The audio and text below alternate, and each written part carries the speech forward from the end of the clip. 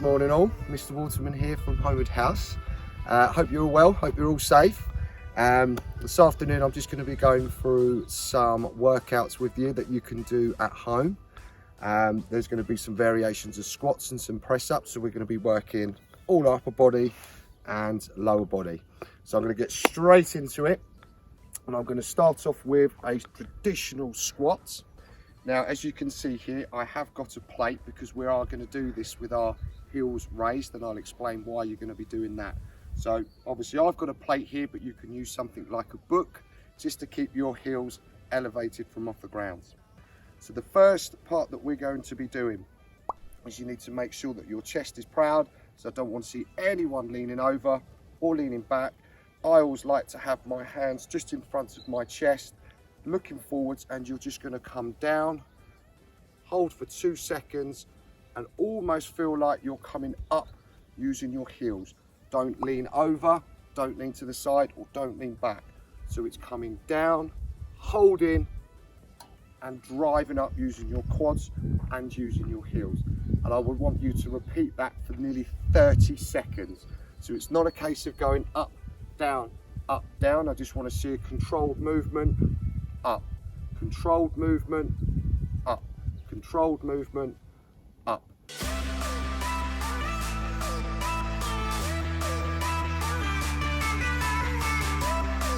Once you've completed that, we're going to go straight into an upper body movement where we're going to be doing a press up. If I come from this view so you're able to see. For those of you that will be able to find this quite easy, nice and simple, I want to make sure that your arms are shoulder width apart, not inside, not too far out wide, so shoulder width apart. And I want for you to come down, hold, up. So down, hold, up. What you could do to make sure that you're doing it right is maybe put some sort of object just underneath your chest, just so you know that that object is going to touch your chest. If that becomes quite tricky, just put your ankles up the top. Again, shoulder width apart, just coming down, hold, down, hold. And you should be able to use your chest and your arms for that movement.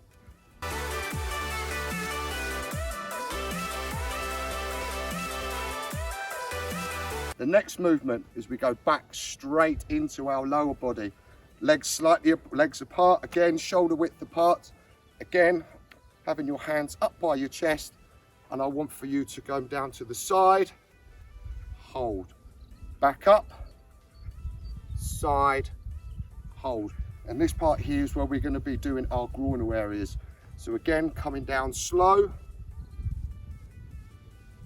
slow, slow. And again, you're going to repeat that for 30 seconds.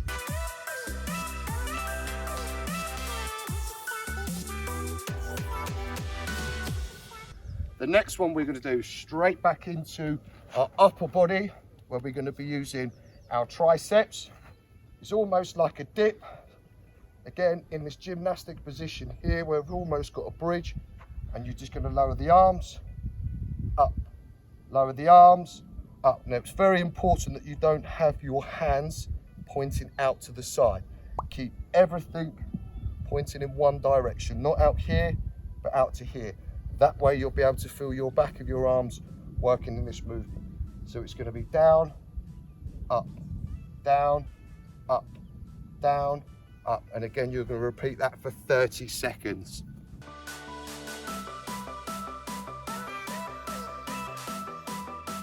Once you've done that, straight up, and you're going to go into a traditional walking lunge, but we're just going to do this statically for the moment. Again, to have your arms up by your chest, you're going to take 1 foot down and up. Now, most importantly, when you're doing the lunge, is you don't lean forwards. Don't lean forwards. Try and keep your back as straight as possible. Don't lean forwards. Don't lean back. And it's there. And you're just going to keep your knee about 2 to 3 centimeters above the floor, not on the floor, because we want all of the weight working into our legs. Back up, and then it's the alternate. Again, swap. So it's down, up, down, up, down, up. And all the time I'm looking forwards just to help with my balance and my coordination. So it's not going to be here, it's just looking forwards, down, hold, up, down, hold, and up.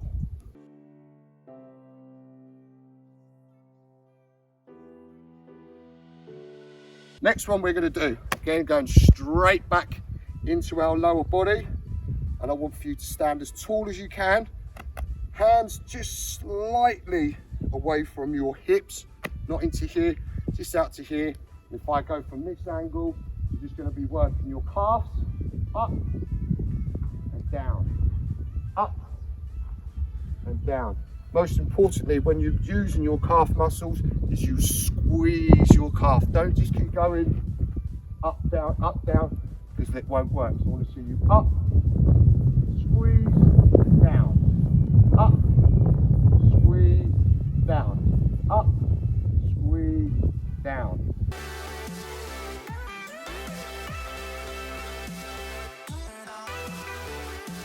Now we're going to be going and working into our abdominals, okay?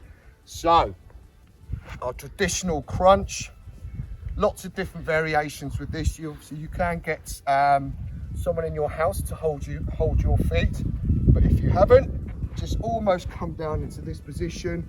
I think it's important to have your hands behind your head, not in front. We're just going to keep it behind our head, and you're not going to come all the way up. So I would like for you to come to about there, hold for about 2 seconds, 1, 2, down, up, 1, 2, down. And all the time that you come up, I want for you to squeeze your abs. Don't just go, I want to see you up, hold, squeeze, down, up, hold, squeeze, down. And again, 30 seconds.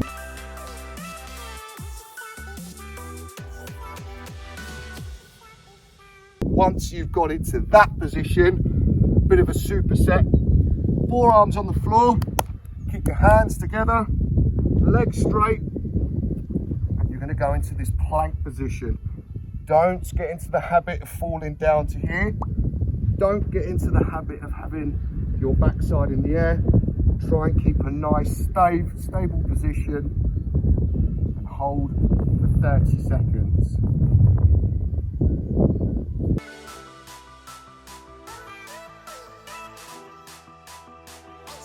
Once that is done, the last bit that you are going to be doing is you're going to be sprinting on the spot for 10 seconds. So as fast as you can for 10 seconds. Once you've done that, it's then going to have your hands up in front, another 10 seconds. And once you've done that, you're just going to be finishing off with a small jump squat.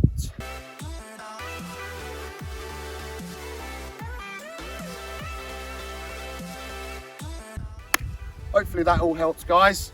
This is your Homewood's House, Mr. Waterman, aka Better Than Joe Wicks. Yeah.